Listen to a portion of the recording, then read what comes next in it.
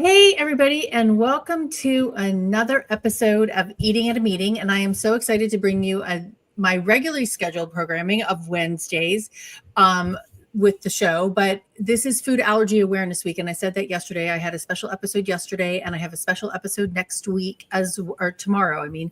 But I'm excited to bring to you today's conversation. It is two moms, countless events and lessons on food safety and hospitality. And these two moms to the left of me or to the right of me here are moms of kids with food allergies, but they are also certified meeting professionals who are independent planners like myself, who plan events for thousands, hundreds of different clients every year and feed thousands of different variety of people every year. So we're going to talk about how they take their mom role of being a mom of a food allergic kid and apply it to their planning process. And which reminds me completely of a woman when I was in-house corporate. She said, "You're everybody's mama, Tracy, because you take care of everybody's details, right? And ordering their food," which is exactly what we're going to talk about today, right?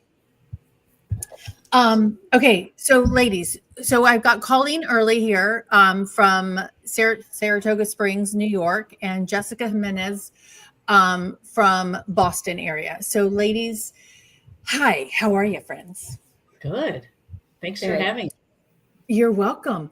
So I want to talk, first question I have, how long have your kids have food allergies and what are they allergic to? Sure. So I'll go.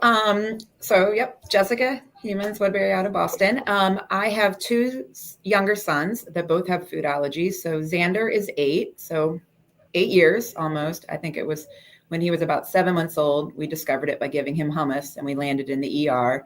And Xander is allergic to tree nuts, sesame, pea protein, lentils, and used to be peanuts, but we've recently outgrown that. And then Oliver, who is now 4, is allergic to sesame, dairy, and eggs.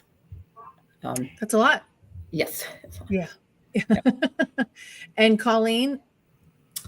Yes. So I have 2 children. They are both in college. My 21-year-old Grace has food allergies. She wasn't diagnosed until she was 5, but I was pushing physicians to diagnose her earlier than that. But it ended up being a struggle.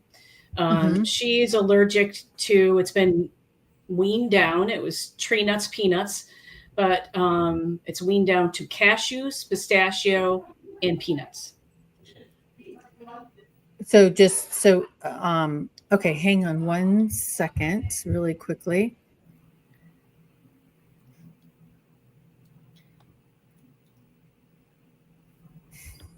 Yelling at my mom to be quiet.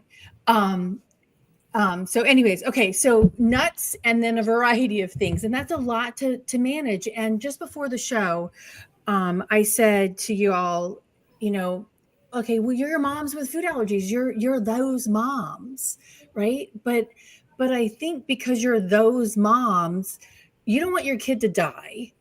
And 2, you're very tenacious because you have to read every single label and you have to talk to people about how not to kill your kid.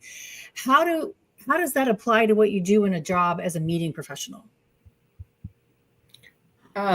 Sure. So I'll go. So one of the things that changed for me, I've always been, wanting to help our attendees. I've been a planner for 20 years. I care very much. I've been vegan for almost 25 years. So I already had a head start.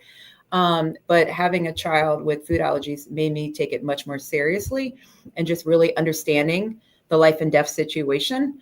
And what could come if you're not doing it, and the proper labeling, and realizing that you have to trust your instinct. And just because something is labeled doesn't mean it's actually always accurate.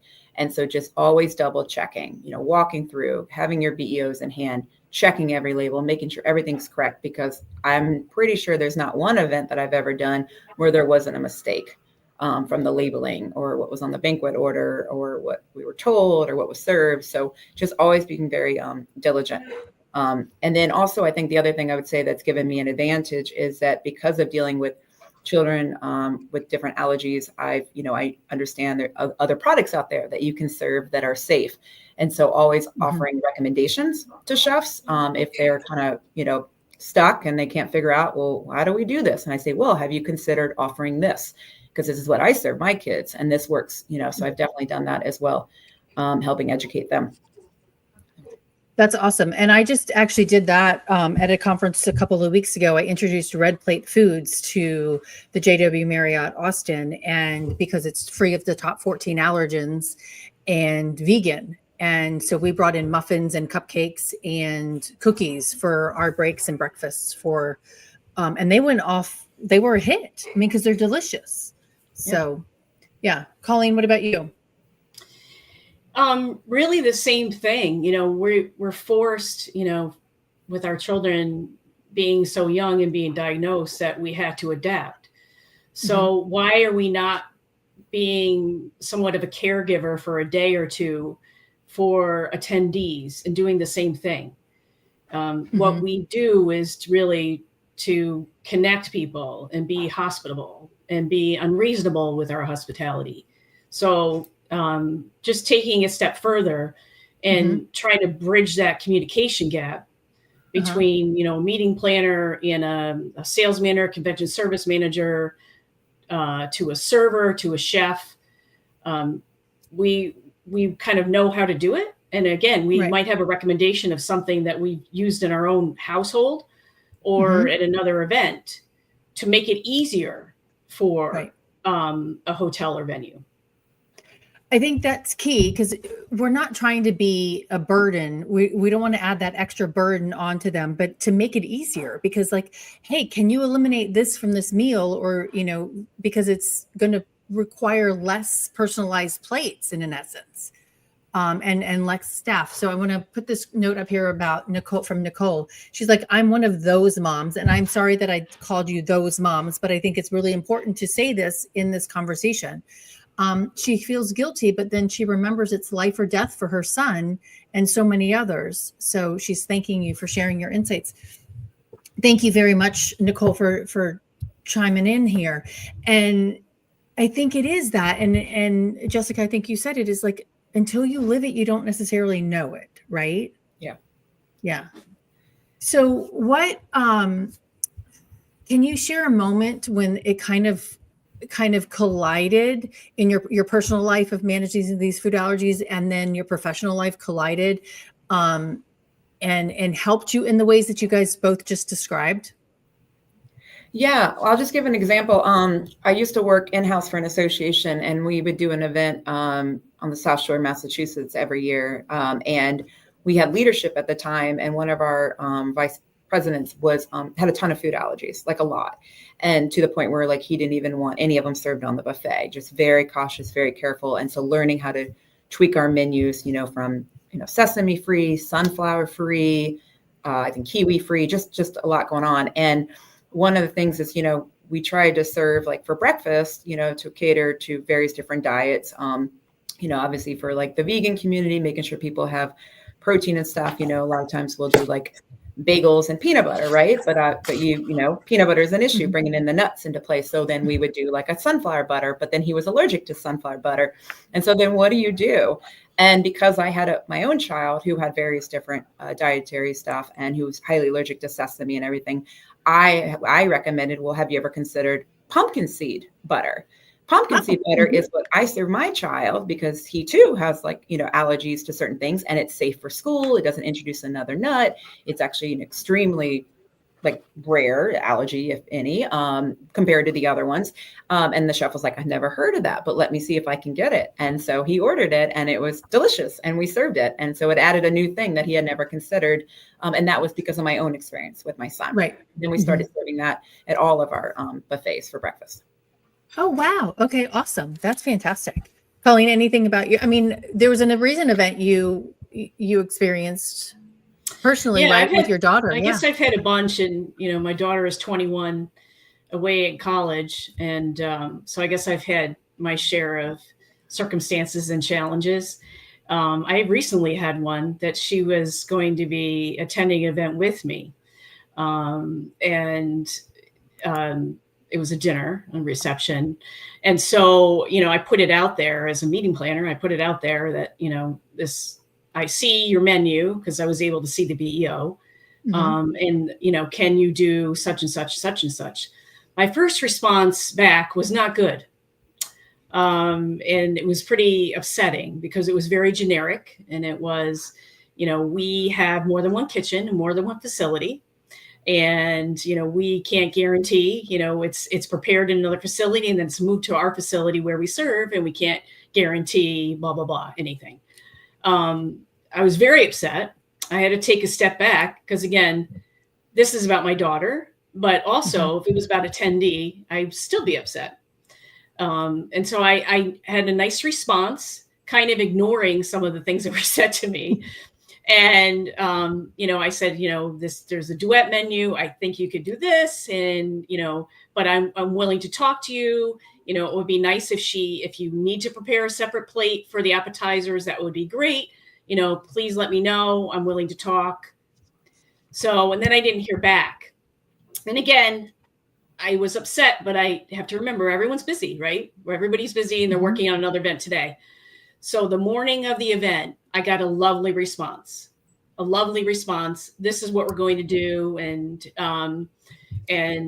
we'll absolutely take care of her. And then when I arrived, I was introduced to the event manager, and she was wonderful. She said, I actually have allergies myself, and really took great care of my daughter. So I had no worries at all. But some of those things can be alleviated, right? They don't really have to happen at all if we can have that conversation in advance. And and I know you mentioned like moms, being called those moms. I actually like that. You can call me those moms any day you want. Because when I found out my daughter was allergic, I did everything possible that I could to make it better for her at school, running like food advocacy programs, education within the school library. We did food allergy awareness week. We did a carnival. I said, I'm going to learn everything I can about these allergies to make it better for her. So for me now, I want to make it better for all attendees, and they all should be loved and included when they're attending and not have to worry about what they're eating. Yeah. 100% agree. And we don't need to have a peanut-free table, right? We need to let these kids, sit with the kid and understand. And that comes into Nicole's comment here that constant education is key. And how do we do that? And I do want to point out that Nicole lives 2 hours away from me in Raleigh. So hello, my North Carolina friend. But it really is that, because you don't want those kids sitting away from each other. I mean, I remember an adult leaving his table, an event I was planning. He left his table at his corporate event and came and sat at the staff table who don't even work with him because his colleagues were bullying him at that table. And they're like, oh, they were trying to order for him and place all the, well, no, you can't do this. And and he's like, he's a grown ass man. He can answer for himself and do this, but he got so annoyed by it. He got up and left and came and sat with us. And that is not what we want. Tracy, can I just add, I think too, not just what we talked about, like, making somebody sit at a table or being inclusive, but I mean, that's one thing why I'm so passionate also about tweaking our buffets to making them as inclusive, because the last thing I want is all this great networking happening in the room if people grab their food and they go in, and that special allergy person has to sit and wait 15 minutes for their meal to be brought up to them, especially if it's leadership. And I think because I come from a long line of having leadership at many organizations that have a bunch of dietary requests and food allergies, I don't want to put anybody in an awkward situation. They need to be able to get their food right away and be like everybody else and participate. Right, exactly. 100%. I agree. Well, and, this is one from Jim Spellows, and this isn't an allergy thing, but he's vegan. And, he asked them for the vegan meal. They brought him something, and then they showed up with the plate. Do you want the scallop? He's like, no, I don't.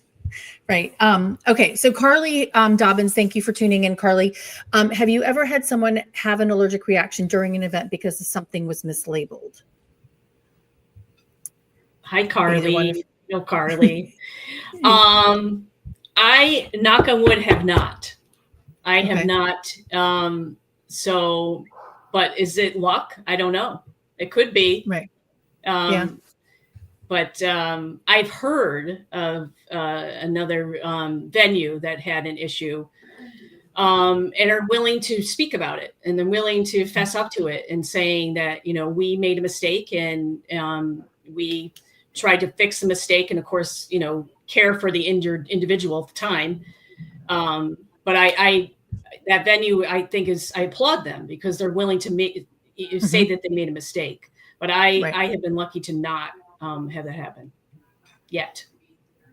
Yeah. Unfortunately, I don't like that word yet, but yeah.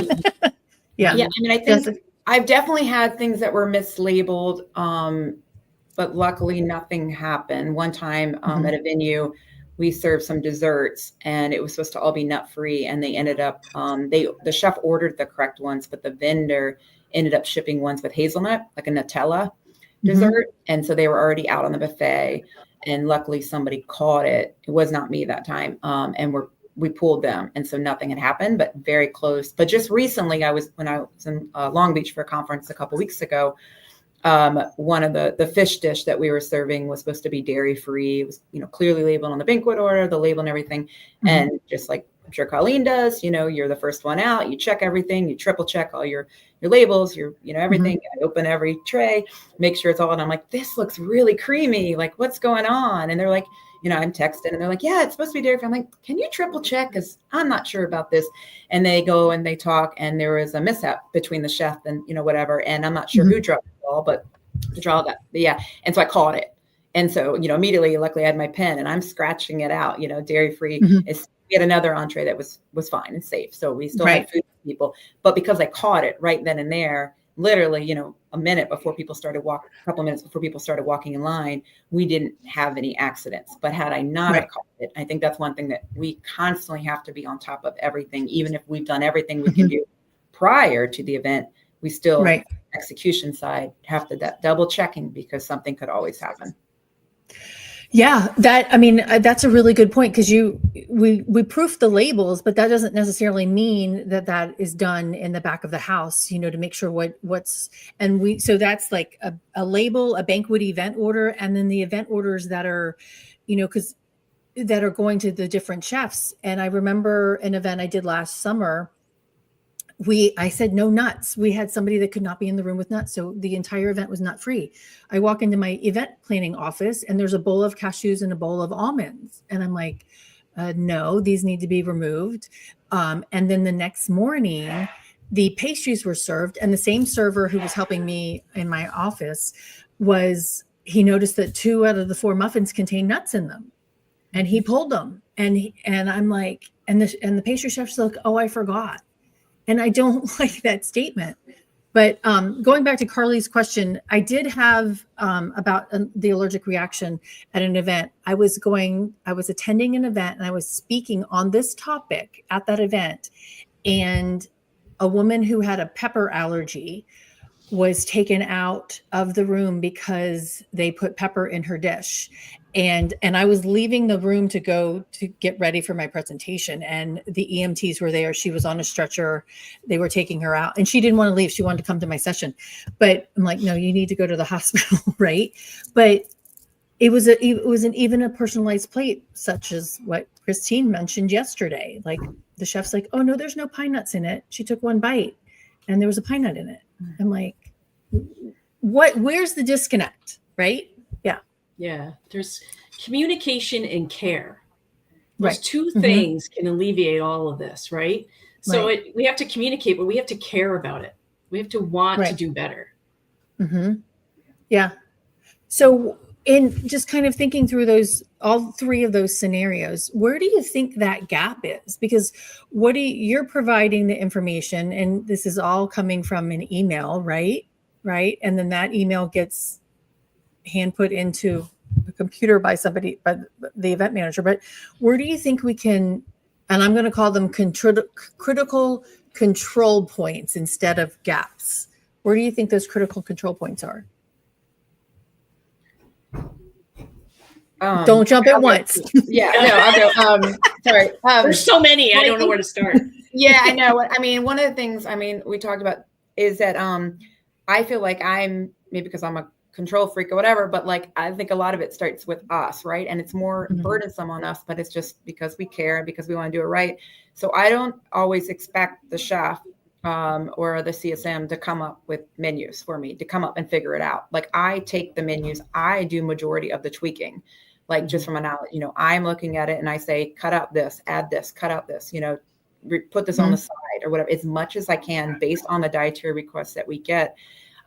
Because lately I just feel like it's not coming from the other side as much. Like they just don't get it, whether it's the lack of training or the education or staffing capacity or whatever.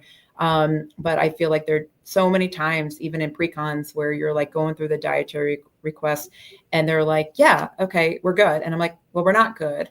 We still have this person that I emailed you about. What's the solution for them? Well, they can eat this. And then I'm like, no, they can't eat that because of this. So we need to figure out another, or we need to continue tweaking or whatever. But I feel like, unfortunately, the burden on the planner side, it's really up to us from the first step and holding them accountable to making sure, because I just feel like there's, I don't want to say a laziness, but there's definitely a lack of effort from the supplier side. And so if you don't step up to do it, I don't think our attendees are going to be cared for. Yeah, I agree. Colleen, do you agree with that? Yeah, I do. I think a lot of it is time. I was recently in a pre-con meeting that there were some comments that I didn't appreciate about an individual that had a lot of food allergies and why are they eating here? That's what I had to hear. It was terrible. It was terrible. Wow. So some venues, and not all of them, some of them are wonderful, but some venues just are not taking the time to care. And I agree with Jessica that the burden is on the meeting planner. We're responsible for all these individuals that are meeting and that are coming to the venue. So we're the ones that we have to push and ask the questions and make sure that everyone is cared for. But again, there's some venues that do a wonderful job at it and really take it seriously and are willing to be the partner with us. And that's what we're trying to create. And we're trying to make it easier on the venue. I think sometimes they think we're not, but we are. They are responsible. They have to be responsible for these individuals that they're serving. They have to include them. It's ADA and they have to include them. So we are helping. We are trying to help include for them to include everyone. I love that. All right. We've got a comment here from April. Clearly labeling things on a buffet is very helpful. I'm gluten-free and dairy protein-free. But I don't have celiac. It's helpful to be able to read the labels because even though nothing will kill me, it's helpful because to read and decide what I do and do not want to consume. Yeah. April, I know April too. She's from Saratoga. Hi, April. You're so great being on this. And I love that she added that because it is because you don't want somebody to, I saw a woman last in my conference a couple of weeks ago, and she's just walking through the buffet and it was at the end and she was like hesitant, she didn't want, I'm like, can I help you? Can I get you something to eat? And she's like, and I'm like, well, I've got this in the back because I had some personalized plates that weren't picked up. And she was just like, I so appreciate you for noticing me. Right. And for paying attention that she wasn't comfortable with what was on the buffet. And that's that mom mentality in a way, right? And okay, she just said, you go, Colleen and Jessica. I appreciate planners like you. Yeah. Well, Tracy, I would just add to, the labeling is certainly important, but we also talked about like just even the setup. I feel like there's so much education and training also from my side, working with the banquet servers. And I think unfortunately with the post-COVID world and losing a lot of talent in the industry and bringing on new people, sometimes it's just staffing agencies and stuff, but like getting people up to speed on how to set up a buffet properly that is in accordance with food allergies and diet, you don't put the vegan gluten-free entree or whatever first, right? You put that in because everybody's going to take that one first. If you have to, you take the, nuts out of or whatever, cheese out of the salad, put it on the side, but make sure you have different utensils, keep it separate and proper labeling. Don't blend different things together. Like I had a break the other day where I had, I think they some kind of, pastry or whatever that had a lot of allergens in it, but I had like another one that was allergy, better. And they were separate utensils, whatever. And then the banquet server later on just mixed them all into one platter, like cleaning up, whatever. And I'm like, well, what'd you do? Why would you do that? Like we purposely had, so, and then going back to what you talked about nuts the other day, like same thing. I like made all the buffet nut free, very labeled, but then the bread, I noticed they had like those little yummy cranberry muffins that have the walnuts in them. And I was like, what? You just threw in walnuts for no reason with no labeling? Like we tried so hard on everything else. So it's like just constantly being, on top and helping people out. I think one of the problems too, with like make your own salad bar is that they'll put like the toppings up here. So when people grab it, they're dropping the cheese or the nuts right into it. That's like we gotta bring it down. Yeah. And it's like putting the food that's got the allergens on the top, which is great. But then again, if you've got somebody that is short in stature or utilizes a wheelchair, they can't access that. So you do have to make it accessible and even further back in that, like you don't want to put those peanuts in the back over there. So they're dropped over here. Yeah. And I'm glad that you brought that up because it's not just what's on the plate, it's how it's designed or how it's presented. Yeah. Right. Yeah. And that takes a conversation between the front of the house and the back of the house. And sometimes they don't like to talk to each other. It feels like, So what systems do you have in place in your whole planning process to help prevent these kinds of incidences? I like the fact that you said you lift up the chafing dishes and look at actually look at the food and compare it to the label. Anything else? Honestly, I think what I was talking about earlier about like, again, like I try to do as much work and help them out as much as possible about like tweaking the buffets and going through and detailing out what can be done so that I'm not just asking them to do everything, but I'm also taking on some of the responsibility and helping out all the ideas and then just making sure they're executed, properly. And then one of the other things I do that we haven't touched upon is that, obviously we're all working really hard in the capacity, but when I can, I'm not 100% perfect, but I would say 90% of the time, I do email the attendees as well and say, I just want to let you know, here's the meal planning that we have ahead for you. Like these meals I've tweaked so that you can eat off of them, whatever, but we are doing a plated lunch on this day. So you will need to show your dietary card for that lunch, things like that. So just so that they know that they're being considered, that they have options. So when they arrive, they're not just like, oh man, there's nothing for me, and then walk off and leave. So. Right. Yeah. Colleen. Yeah. Same thing, Jessica. And I love what you said, because it's exactly what I do, because these people need to feel welcome before they arrive. So the only way that they can do that is for us as a meeting planner to reach out to them and just say, this is the menu or okay, what are your concerns and what can you eat? Because sometimes with registration, we might get something, I can't have gluten. Okay, so tell me a little bit more about that. Is that a gluten allergy? Are you restricted? Tell me more. So that we can give the correct information to the venue. Okay, this person avoids gluten, but doesn't have a gluten allergy.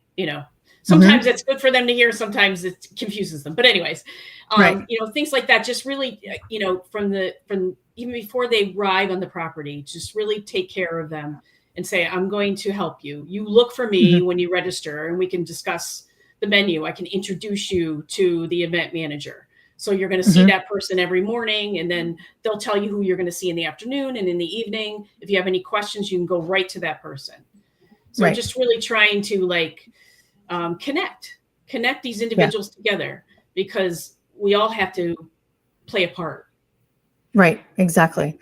Nicole just piped in here. Yes, Colleen, people need to be welcome before they arrive. That is the next level service. I love to hear it. And I agree, because even at my event, I have two kosher individuals. One is Orthodox Jew and the other one is not Orthodox Jew, but he's like, if you label this, and so that, because this was also during Passover, right? Label for this, then I know what I can and can't eat when I'm going through the buffet. And he thanks me at the end of the day, right? Because he's like, I know what I can eat, and you're providing me that way to feel connected. And one that's coming up next month, I emailed these people the attendees who have nut allergies, I'm like, can you please let me know if you can't have it from ingestion, touch, or inhalation, right? Being in that room. And 2 people said I can't be in the room with it. So I'm eliminating nuts from all of our menus because of that connection. Yeah. Right? I think there's a lot we can learn from attendees as well, like emailing them and asking them. And so sometimes if I'm like feeling like I'm stumped, I can say, can you give me ideas about what you can eat, or what you're comfortable with? And I definitely modified and learned from that experience. Yeah. I had one attendee that really was maybe having a bit of a time and wasn't really comfortable eating anything. So they ended up bringing their own meal, and the venue had to deal because that was what he needed at the time. And so it ended up being fine. It was probably a little awkward for him, but that's what made him comfortable, and that's what got him through the conference. So we have to be able to adapt and help. So how do you because you just said the hotel needed to be fine. So how do you navigate those conversations with your event manager at the hotel or the proper convention center, and the chefs? How do you, I mean, we're trying to make it easier for them, but I mean, how do we approach it? And then I'm going to say this because I want the approach to be from a non-food allergy mom approach, like, because some people are going to say, I don't have time for this, right? Yeah. So what do we need to teach planners to approach this and have these conversations? I approach exactly like I would if it was my daughter or not. And I guess all I know is being a food allergy mom. So I approach this. I have some experience. I want to help you. So if you could, get me in touch with the chef, maybe we could have a meeting, a Zoom. I want to help you. I want to make this easier for you, because we have to include these people. So let's figure out how we do it together. So that's kind of the way I just approach it. And what's the percentage of being accepted and pushed back? I usually am, but I still have to. I'm usually accepted, but I do have to sometimes nudge and push and follow up. But we do that anyway, right? We do that anyway. We're going to do that anyway. We're going to walk in and look at the setup of the room and the chafers and see where things are and follow up and make sure everybody's included for every meal. So I haven't had any huge resistance, because I approach it that way, and it seems to work. Okay. Jessica? Yeah, I would say, just going back to what do the checks and balances, it's transactional, like in the sense of like, here's the information I provide you, here's what's received, here's what I do to help and make it better. And then we go into the pre-con. We're going to go over it again, have the chef in the room, talk about it. I'll have a list of like, which are the really unique diet stuff that like maybe I can't fully tweak on the buffet or whatever, but like, to go through to make sure that we've considered them, that there's a meal. And then again, when the food is served, that other checking it out. Because going back to being a mom, my experience as well is that like you can do everything right in your power to like talk to the server, ask for the ingredients, everything. And then when the food's delivered, trust your instinct again. Is your child being served the food that you just discussed, or does it look different? And I can speak from the heart about that. A couple of years ago, my child and I were skiing at a ski resort. There was like a grilled cheese place. They had vegan grilled cheese. I had like done everything to check about like, make sure there's no sesame in the bread, make sure there's no pea protein in the cheese and the butter, all these things. And everything was good. I pick up the grilled cheese. I'm serving it I'm going back, giving it to him. And I look at him, I'm like, that's not the right cheese. Like those are shreds. And I looked at the ingredients for like sliced cheese.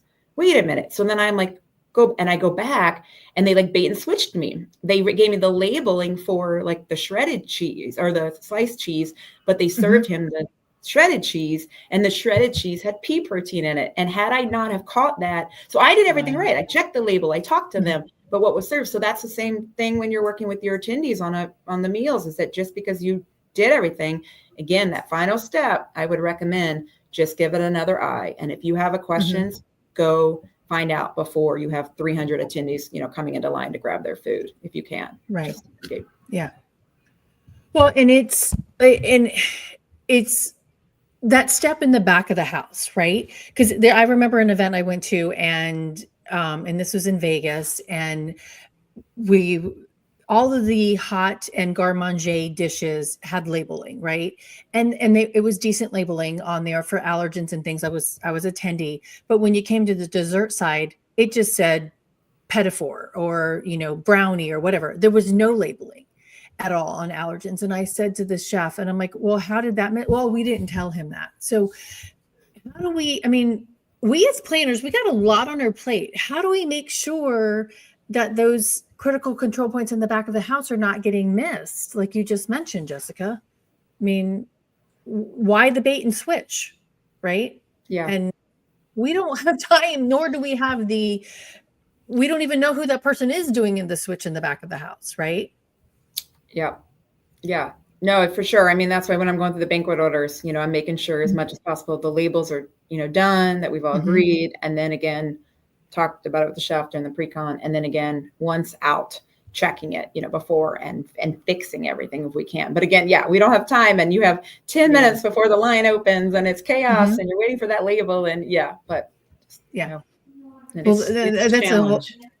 is a challenge. It's unfortunate too that the labels are done 10 minutes before the event, which is annoying.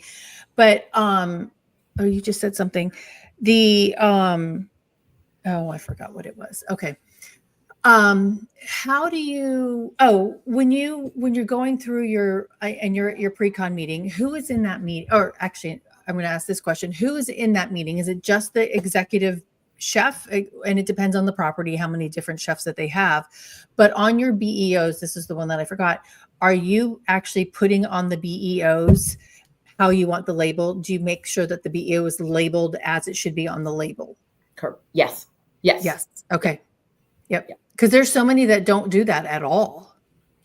Yeah. That's what I do. Anyway, when we do it, we confirm, like, I want this entree to be nut-free, dairy-free, gluten-free, conclusive to 90% of the special diets that we are requesting. And I put all those labels are on the BEOs that I sign. Okay. And the idea is that is supposed to be what's on the actual, label as well. Yeah.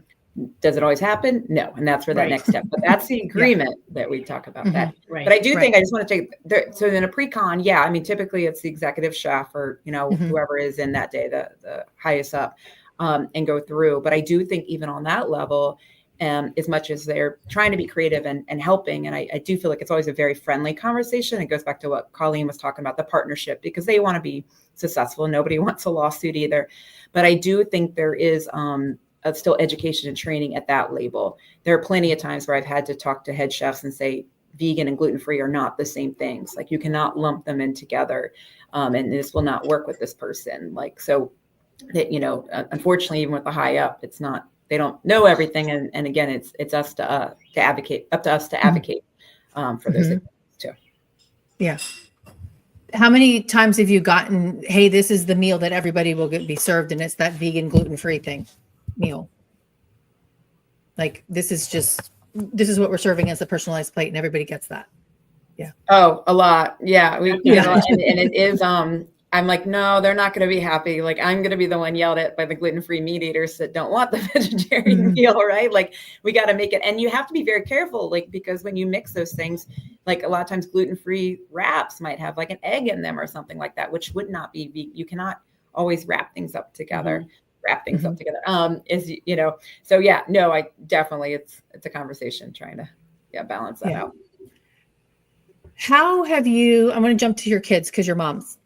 How, and Colleen, yours is 21 now, but growing up, and then Jessica, as the kids are getting older, how are you teaching them and allowing them to advocate for themselves? And how, Colleen, how does your daughter do that for herself? Well, she's come a long way. I don't know if she's listening, but I think the minute you find out is when you have to learn, but you also have to teach them. So with her and other friends that, I see them with their kids with food allergies, it's just not being afraid to speak up. Like, I can't eat that. Or I don't know if I can eat that. Well, I know you're saying the label said such and such, but I'm not eating that. Like, just to be confident and to be like, I'm not eating that. but I can Mhm. eat this. Just trying to build that, through the Mhm. years. And she's really done great things. And she's also in the industry, or will be in the industry as a professional. So she gets it. So I see her, maybe being on your podcast at some point, Mhm. because it means a lot to her to feel included, because she knows what it's like to not feel included. Mhm. And Yeah. so she wants to make a change. So it's a wonderful thing. But I think just building the confidence. I think they start to learn what they can eat and what they can't eat, but Mhm. just being confident that it's okay to speak up for yourself. Right. Yeah. Jessica, I know your boys are young. Yeah, well, I think especially, I mean, the 4-year-old we're working on, right? That's a newer thing for him to advocate. But the 8-year-old has been advocating for a long time, like asking questions and asking and, whatever. And going back to Colleen, what you just said, like, just because something was served to them, he has fortunately been like, are you sure? I don't think so. I'm not comfortable Great. eating this. If he's like, they serve him Great. pizza and he's like, I don't think that's a vegan pizza, whatever. He will be like, I'm not going to eat that. Like, he's at that point now where luckily I don't That's really have to great. worry, because unless like mom has approved it or something, or receives a text message between me and the teacher or whatever, he's like, I'm not going to opt into that, because I'm not totally sure. So I'm really lucky about that. And the 4-year-old we're starting to work on. So Yeah. I love it. And do his friends recognize that as well? yeah, I mean, Yeah. 8-year-old, Yeah. boys Yeah. are, they can pick on each other a little bit, a little Right. like, oh yeah. But overall, like, we're really lucky that we're in a tight community at his school. And actually out of the 6 really close families, 4 out of the 6 have food allergies. So Oh, wow. fortunate Okay. is that weird bubble. Like, they're the only ones in their class, but we all just happen to become friends. So the one thing we always laugh about is anytime we're at a party together, we know at least one family has an EpiPen set, at the house. We never have to Right. worry. Mhm. So there is a very supportive community about, like, at birthday parties, hey, I want to make sure we have something safe for your kids and everything like that, and vice versa. That's awesome. It was a Okay. struggle. It was a struggle Yeah. for me through the years with that. I ended up like being the class mom. I've ended up doing all the food for anything I could, because Mhm. it's, you want your kid to go to school and be okay. You don't want to get that call that they're not, right? Mhm. Yeah, So Yeah. we've had ups Yeah. and downs, but I just started baking. I'm not even a baker, but I just started baking when she was young. And now I don't have to bake anymore because she bakes for herself. But it was just something that I had to do to, like, feel comfortable sending my daughter to school. Yeah. I mean, I definitely, Colleen, I control all the food, as far as, like, I make Yes. all his Yeah. lunch every day, figure out all the Yeah. meal prepping before I head to I was away for 7 days at Long Beach for 2 weeks ago for a conference. And I worked with my husband to figure out, like, okay, here are the ideas for food, what we can serve for dinner. And I went to the grocery store that weekend and bought up, a bunch of stuff. And I'm always in communication with the teachers. So we're always checking, and they know to always, like, if there's something new to come in that's like a snack, or somebody brings in a treat, they'll take pictures of a label and send it to me. Otherwise, we'll come up with an alternative. That's great. Okay. Yeah. That's great. I mean, and the fact that those teachers are receptive to Yes. that is huge. Yeah. And I know Massachusetts has a strong food allergy law in place, to say all restaurants have to have that label, thing. If you have a food allergy, please let us know in advance. So I'm glad that it's also gone to the school level, as well. And those teachers are receptive to that. Yeah, for sure. Yeah. And a lot of restaurants, we're really fortunate. I always remember when I leave Boston, what the rest of the world is like, but a lot of the restaurants in Boston have binders. It's not a law, Okay. but a lot of them do. So especially for us food moms, it's really helpful when we can go in and you can ask, and they'll just, like, whip out a binder of all the ingredients. So. Oh, that's awesome. Yeah. So how do you Massachusetts is great. Yes, it hopefully getting better, with food code changing as well, because there's not the labeling. All right, on that note, on the labeling, and I kind of going back to this, and I know we've hashed this a little bit, but it's not like ordering a packaged food, and I don't have a packaged food in front of me to say, hey, I can read the labeling on here, right? But when you're going to a buffet, there's a couple of people in the middle of that route to get that buffet to that label to that buffet. Do you ask about that at all when you're planning, or who's responsible for that labeling? Or, Yes, I do. Or how do you manage the labeling? You do? I do. Yeah. I mean, like we discussed before, the BEO should have it all on there. Mm-hmm. So it should be fairly easy to merge another document to have a label. But yeah, all the venues, it just, it depends of who's responsible. It changes and varies, but I'm just constantly following up. And then when they're out to make sure they're correct. And again, it's just the follow up on looking at the actual food and questioning if necessary. Yeah, exactly. Yeah, and we just need to be a lot more cognizant of it too. Like I like the fact that you just said, like, let's open the chafing dish and make sure that it matches the label, right? And I was attending an event, and I brought this up before, is that they served it was a bacon, egg, and cheese croissant, and it said that it was gluten-free and dairy-free or whatever it was. And then the other one said a bacon or egg and cheese, and that one of them was gluten-free, one of them was not, and croissant. And I'm thinking, I've never seen a gluten-free croissant in my life, right? Me neither. And two, they were all wrapped in aluminum foil to keep them warm. And those chafing dishes were put right next to each other. And so you couldn't tell the difference, and the serving staff couldn't even tell the difference. So they actually had swapped the labels, put the labels in front of the wrong thing, because one, they didn't read them, and two, everything was in aluminum foil, the same color. I'm like, that's a risk in and of itself right there, seeing that. And I'm just an attendee noticing it, and they were arguing with me about it. But well, I think that goes for you, Mom. That happens a lot. Oh, sorry, Colleen. I was saying that happens a lot in box lunches. Because you can't always see or deconstruct. And so one thing I always have to work on with the chefs and the event manager too is that, like, okay, so we have our vegan lunches or gluten-free lunches or whatever. The sides and the dessert cannot be, counter to what that special diet is, because I feel like that happens all the time. You get your gluten-free or vegan sandwich, but we're going to give you a gluten or dairy side and dessert. And I'm like, no, you're going to kill that person. Like, you have to, like, a cookie. A cookie goes in there, right? Right. Yeah. Yeah. Yeah. So true. I mean, because you are like, okay, well, this is the main entree is gluten-free and vegan or whatever, but no, you throw all those other things in there and they're not. And who is the person in the back of the house that's constructing those boxes? Right. Yeah. Right. Good question. Good idea. Okay. So a couple of rapid fire questions for you. An event trend that you're totally over. I'll go. I am over hidden fees. Like, I don't know, in the post-COVID, unfortunately, I don't think it's over. I think we're going to be stuck with it, and it's getting worse. But the hidden F&B fees that we're starting to see in the post-COVID world, charging for water stations, upcharges for special diets, charging for paper cups, mandatory, minimums for receptions and stuff like that. They're just all these hidden fees now, I feel like, in menus. So when now I'm sourcing hotels, we are actually asking for the menus up front, and I'm scouring them and looking and see if I see already hidden fees. I mean, of course, I can't predict the future, but I can try to put language in my clauses that talk about not having, ridiculous F&B things that are added on. But we are now looking, and we are negotiating that kind of stuff, because we're not going to be paying $50 for a water station in every breakout room. Right. Yeah. That's crazy. Yeah. Colleen? I don't have anything new. I agree with that 100%.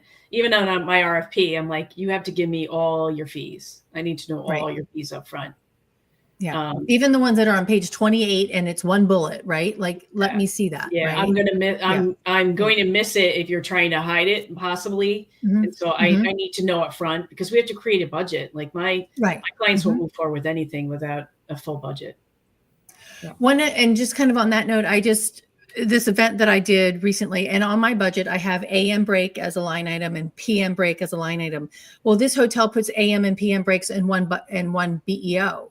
I mean, so it actually ends up saving me, gratuity and tax a little bit. It's not a separate setup, but it's messes my budget up, right? So I have to change it. That's one of the questions that I'm asking too, is like, how do you do your banquet checks, at the end of the day? Right. That's a good point. Yeah, because even tax-wise and gratuity-wise, what's taxed and what's not. Okay, proudest mom moment at an event. Oh, Go ahead. Colleen, you can go first. I don't. No, you go. You're so excited. I love it. No, I prepared for this question. So my proudest moment, I think, was when Xander, my 8-year-old, was little, a baby. I was working for an association in the state of Massachusetts. So majority of my events were around the region. Fortunately, only 2 nationals. So I was constantly traveling, lots of events, but my husband could join. So, the baby would be in daycare during the day. And then Friday evening, he would drive an hour wherever I was and join me that evening because I was still breastfeeding and then, sleep with the baby. And then he would, take over and watch the baby while I was working the event. But it was just, nice to have that. And so one of my favorite moments was that when Xander was little, like, baby. And I would, when you're on the floor at like 6 a.m., 6:30, checking all your rooms, getting everything warmed up, the AV, before all your tinnies come down, I would wear him in my like carrier, my sling. And so I had this little baby that I was like walking around, sleeping on me at like 6 a.m. and I'm with my BEOs and I'm checking everything and getting everything ready. That's awesome. As a mom doing that before, all these attendees, come on the floor and that kind of stuff. So it was just cool, a balancing act. I love that. That's that. really great. Makes cute pictures. Yes, definitely. Sure. Colleen. So mine's in college now and getting her hospitality degree at Culinary Institute. So that makes me extremely proud. And health and wellness is very important to her. She's doing student council and doing different various projects and really, working on to be included herself, but we're, seeing that others need to be included as well. So that makes me so happy. That's awesome. All right, April prepped in here with a thing. If you find a gluten-free croissant, please let me know they are. She hasn't had one. Okay, in 10 April, years. I'll look for you. Yes, and Carly just said super moms. Okay, so what is a go-to planner tool you can't live without?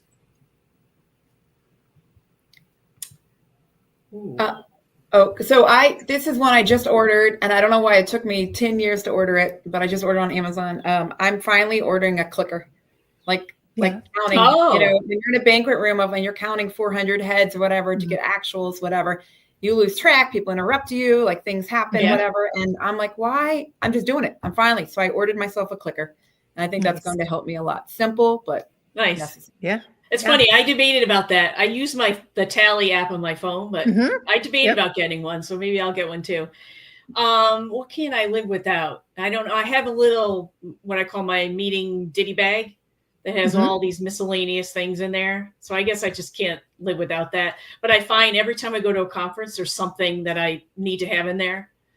Like the longer HDMI cord, or, the double-sided tape, or the, all these pins, every time there's something I need to add to it, but I really can't live without it. And my name badge, I'm kind of obsessed with my name badge. I bought one for myself. It's a magnet one.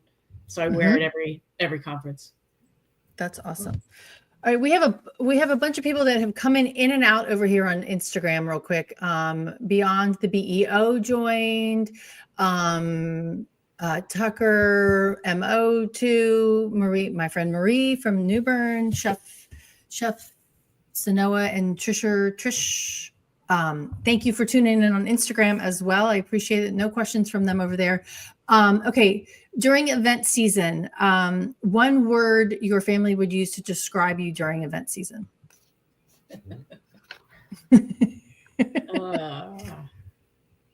Insane, maybe? Insane. Okay. Yeah. Erratic.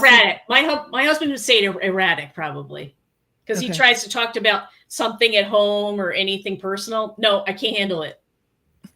Talk to me in a few days. Yeah, I'd say the super busy, doesn't sleep. Yeah. Okay. I think they're good sports. They know if it's short term, they'll get through it. Yeah.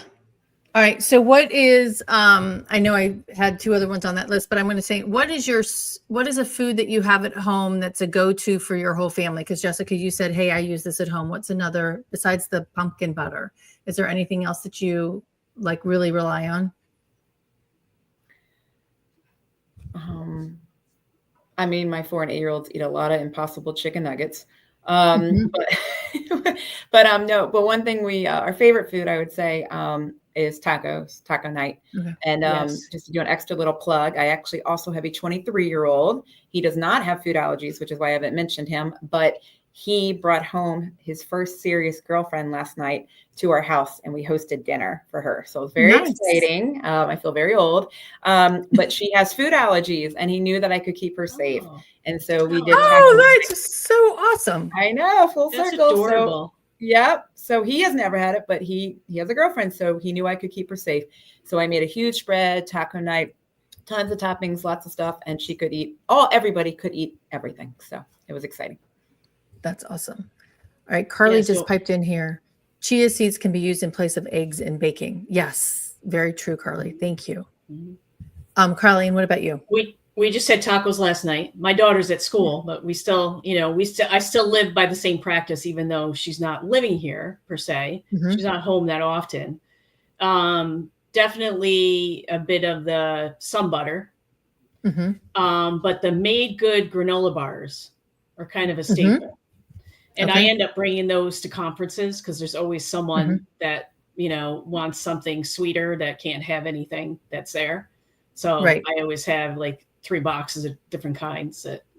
That's a good idea. Colleen, another plug for a product that we love off too is, I don't know if you ever eat Brahmi beans, like their bags. You can get them at Whole Foods, Wegmans, other places, or you can order them direct from the company, which is a lot cheaper, and you can get them wholesale in the box.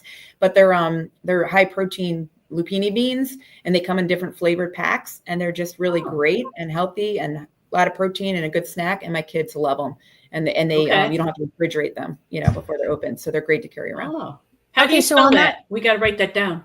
Brami. So okay, I don't work for them. It's just something we love. Them and Abe's muffins. I always joke that I pretty much have a full-time job because of Abe's muffins, because they're safe for my kids, and we go through them all the time. Okay, so on that note, did you say they're lupine beans? Yeah. Yeah, because that, and I'm saying that, I'm questioning it because that's one of the top allergens in the European Union. Yeah, it can. I mean, they do labeling, so they actually have the label on the back of them. My kids are fine with lupini beans, so it works fine even with his peanut allergy. He was fine. Perfect. Everybody's different, but certainly you would have to, note, what you can do. Yeah, no, I've never seen those. I'll have to look it up too. Yeah, they actually have really good labeling on the back of it, like, because of the UK labeling. Like, this could cause an allergy, which you don't usually see on beans in the US. But if you can eat them, they're great. High protein. Yeah. All right. Awesome. Well, very cool. Well, ladies, thank you so much. I'm so excited. I'm proud to call you my friends, and to have you here on the show with me. And if anybody wants to connect with them, let's see, where did I have everybody's thing? Here's Colleen's. Connect with Colleen on LinkedIn. Colleen Earley, CMP, and then Jessica's is right there. And connect with them on LinkedIn. I'm sure they will be happy to share their tips and tricks furthermore about what they do. But thank you for being food allergy moms, those moms, and taking that into what you do as a meeting planner. Appreciate it. Thank you. Then Tracy, you're amazing. You've been a great support to me for many, many years when we met a long time ago. And what you do is just a wonderful gift for everyone in the food allergy community and in hospitality. So thank you. Oh, thank you. That's very sweet. Carly just said, thank you guys. You're welcome, Carly. It's a passion of mine because I got diagnosed with food allergies and I couldn't eat at my own events. And that's why I started doing this. And I'm glad that this new platform of the conversations of, being able to talk to people, whether you're a chef or an eater or a mom with, it's just, there's so many different avenues about this. And it's important that we educate, like Nicole said, education is key across the board. So absolutely. Thank you. We can all learn from each other. So tomorrow on the show, I am talking to Amanda Whitehouse, who is a food allergy mom as well, but she's a psychologist. And she's going to talk about the psychology and the mental health that comes around people who have food allergies. So I think that's another important conversation to have. Sounds amazing. Yeah. So that'll be at 11 tomorrow, not at 12. But so if you can tune in then, until then, stay safe and eat well. And ladies, thank you again. Thank you. Bye, everybody.